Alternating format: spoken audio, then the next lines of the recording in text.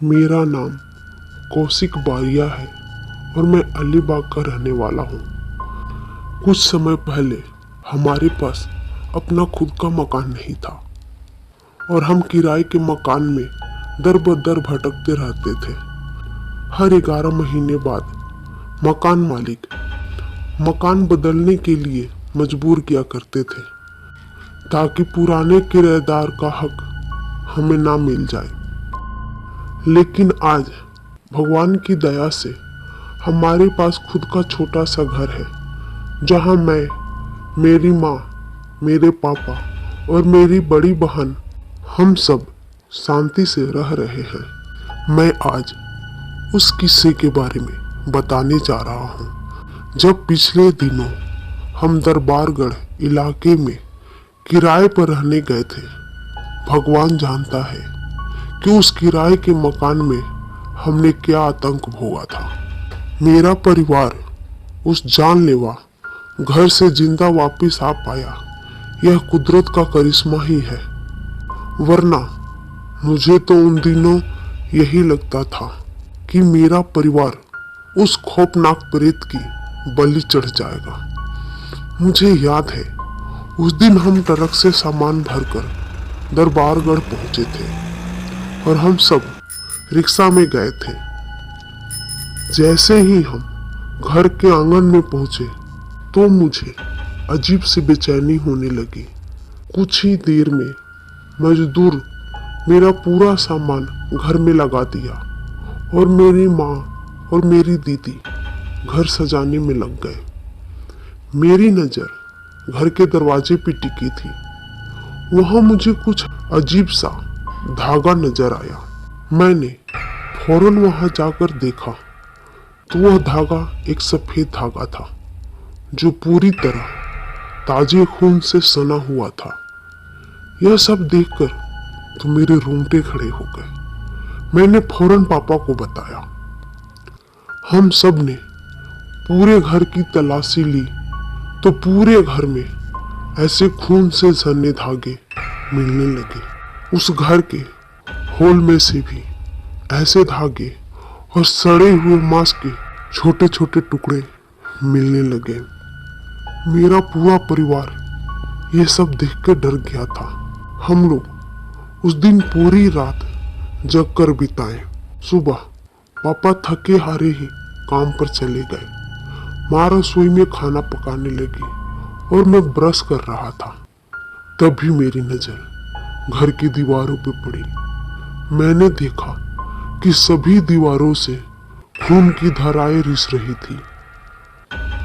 मेरी तो चीख निकल गई। मैंने माँ को रसोई में जाकर यह सब बताने का फैसला किया।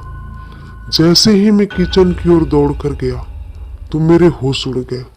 गैस की नली निकली हुई थी, एलपीजी के बाटली में आग लगी हुई थी और मेरी माँ रसोई के फ्लोर पर बेहोश पड़ी हुई थी। मैंने अपने बहन को आवाज लगाई। तभी बाथरूम से जोर से चीखने की आवाज आई। मैं बाथरूम की तरफ भागा तो मैंने देखा मेरी बहन बाथरूम में बेसुध पड़ी हुई है। मैं भागकर वापस किचन में गया और तुरंत ही सिलेंडर की सप्लाई बंद की और आग बुझाई। मैंने माँ के ऊपर पानी के छींटे मारे और माँ को उठाया। अपनी बहन को भी बाथरूम से लाया और उसे भी पानी के छींटे मारकर होश में लाया। होश में आने के बाद माँ ने कहा कि इस घर में कोई भयानक बूढ़ा प्रेत घूम रहा है और उसी ने किचन में आकर चिल्लाते हुए मेरे सिर पर किसी लकड़े से वार किया था। मेरी बहन भी उस प्रेत का शिकार हुई थी और मुझे यह डर सता रहा था कि कहीं वो प्रेत मेरे पूरे परिवार की जान ना ले ले।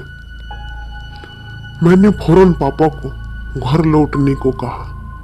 पापा के आते ही मैंने जिद पकड़ ली कि हम आज ही इस घर को छोड़ के जाएंगे, चाहे हमें फुटपाथ पे ही क्यों ना रहना पड़े, पर हम अब इस घर में नहीं रहेंगे।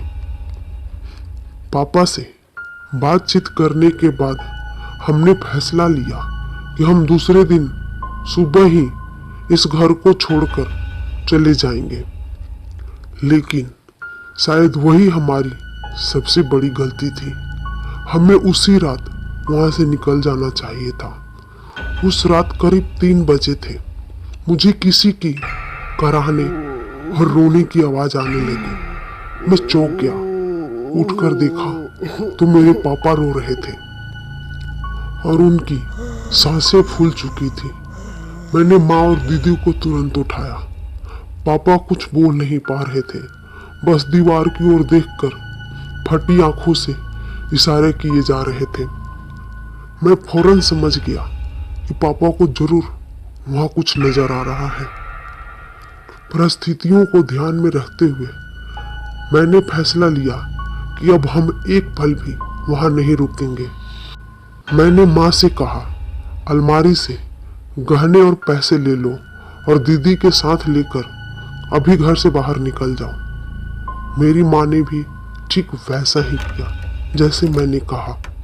फिर मैंने रात को अपने कुछ दोस्तों को घर बुलाया और पापा को अस्पताल पहुंचाया।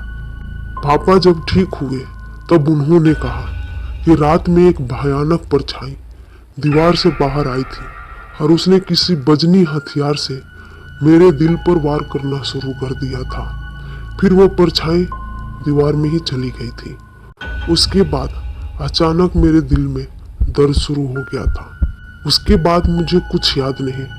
डॉक्टर ने कहा कि मेरे पापा को माइनर अटैक था, पर मैं जानता हूँ कि वो कोई अटैक नहीं था, उस प्रेत का हमला था।